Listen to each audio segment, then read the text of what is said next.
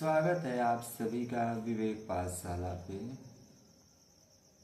आज हम लोग बातचीत करेंगे कि मनुष्य की जो भी इच्छाएं हैं वह प्रबल रूप से हमारे साथ ही रहती हैं।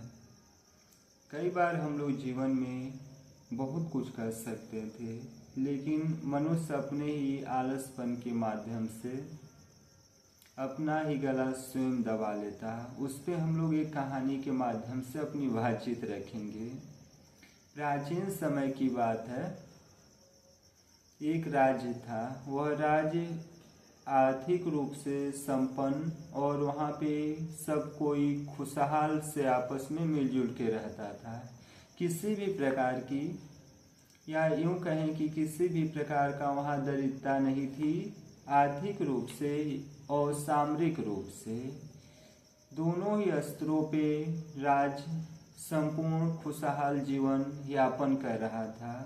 लेकिन कुछ समय ही बाद देखा जाए तो उस राज्य के जो भी निवासी थे उनके मन में आलस्य घर करना शुरू कर दिया। जब आलस्य उनके मन में विद्यमान होना शुरू हो गया तो धीरे धीरे आलसपन ने उनकी जो काम करने की शैली है उसको प्रभावित करने के साथ साथ उनकी चेतना को भी मारना शुरू कर दिया।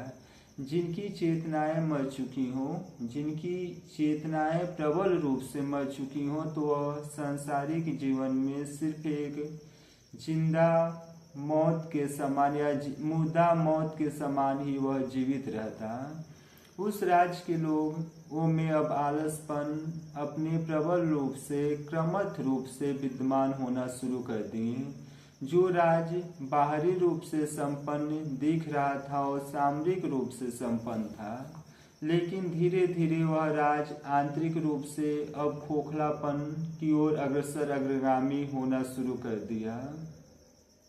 लोगों में आलसपन इस कदर विद्यमान हो चुका था कि अब चूल्हाएं नहीं जलती थी, न ही धुआं वहां से चूल्हा के समक्ष उत्पन्न होता था। जो भी बच्चे और अभिभावक थे भोजन के अभाव में, यानी कि हमें काम न करना पड़े, वह धीरे धीरे भोजन करना भी कम कर दिए, जिससे उनकी शारीरिक विपन्नता देखा जाए तो कमज़ोर होना शुरू कर दिया।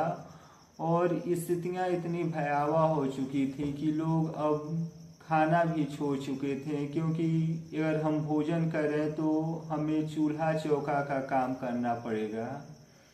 इस तरह से पूरे राज्य में लोगों में निराशापन विद्यमान हो चुका था। तो सभी प्रजा ने एक समझौता आपस में किया और वह राजा के समक्ष पहुँचे। राजा के समक्ष पहुँचकर उन्होंने विनय से न अपने अधिकार भाव से राजा के सामने अपना प्रस्ताव रखते हैं और कहते हैं, महाराज, क्यों न एक ऐसी व्यवस्था आप करें जहाँ पे हमें भोजन और निद्रा यानी कि सुख सुविधाएं मिले, हमें भोजन मिल जाए और विश्राम करने का जगह मिल जाए, किसी भी प्रकार से हमें शारीरिक श्रम न करना पड़े। राजा प्राय प्रजा की हितैषी में ही अपना निर्णय लेते हैं, क्योंकि कोई भी राज्य प्रजा के भरोसे ही कायम होके चलती है। राजा ने उन सभी का प्रस्ताव सुना और इन्होंने सोचा कि ठीक है, प्रजा के खुशी में ही अपनी खुशी है। इन्होंने प्रजा का प्रस्ताव स्वीकार की। इन्होंने प्रजा को रहने के लिए एक ऐसा व्यवस्था और एक ऐसी योजना के तहत उन लोगों की एक ऐसी व्यवस्था बनाए जहाँ पे सिर्फ भोजन की सुविधाएं हो और किसी भी प्रकार से कोई काम न करना पड़े। प्रजा बहुत कुशल मंगल से भोजन करके और विश्राम कर रहा था वहाँ पे। अचानक एक दिन राजा जहाँ पे प्रजा की व्यवस्था भोजन करने के लिए किए थे वहाँ पे वह घूमते हुए पहुँचे, तो उन्होंने अचानक देखा कि उस विश्राम गृह में किसी कारणवश आग जल रही थी और चारों तरफ से जो भी वह घर विश्राम गृह था चारों तरफ से वह आग की लपटों में जल चुकी थी।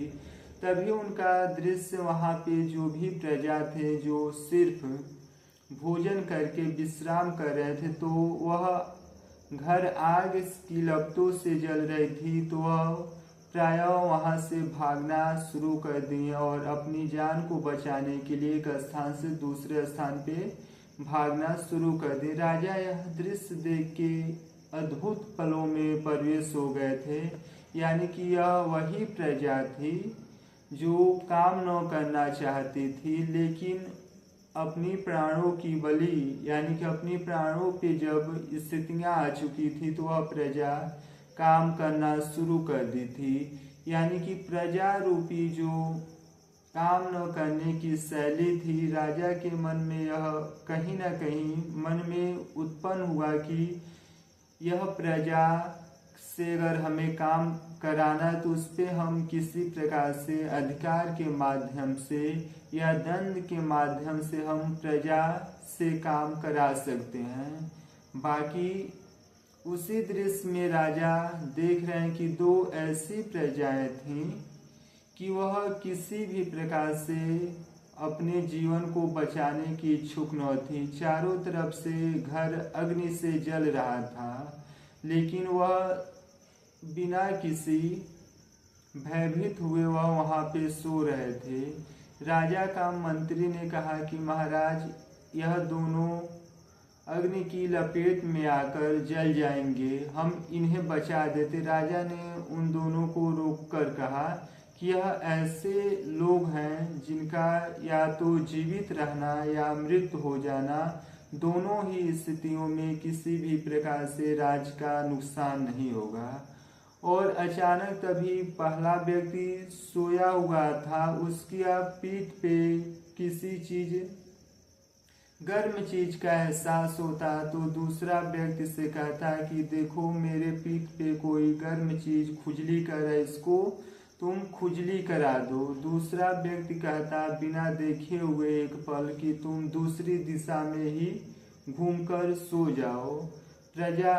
राजा और मंत्री यह सब देख रहे थे, लेकिन मंत्री ने राजा से बार बार कहा कि यह दृश्य, यानी उन दोनों प्रजाओं को बचा लिया। ये राजा यह दृश्य देखकर कहते हैं कि यह ऐसे व्यक्ति हैं जिनकी चेतनाएं मर चुकी हैं, और जिनकी चेतना मर चुकी हैं वह जीवित रहे या मुर्दा रहे उससे कोई फर्क नहीं पड़ता। ठीक इसी प्रकार से मनुष्य के शरीर में जब आलस अपने पराकाष्ठा के चरम परिणति पे पहुंचता, तो मनुष्य की जो चेतनाएं हैं उसको वह सबसे पहले समाप्त करता।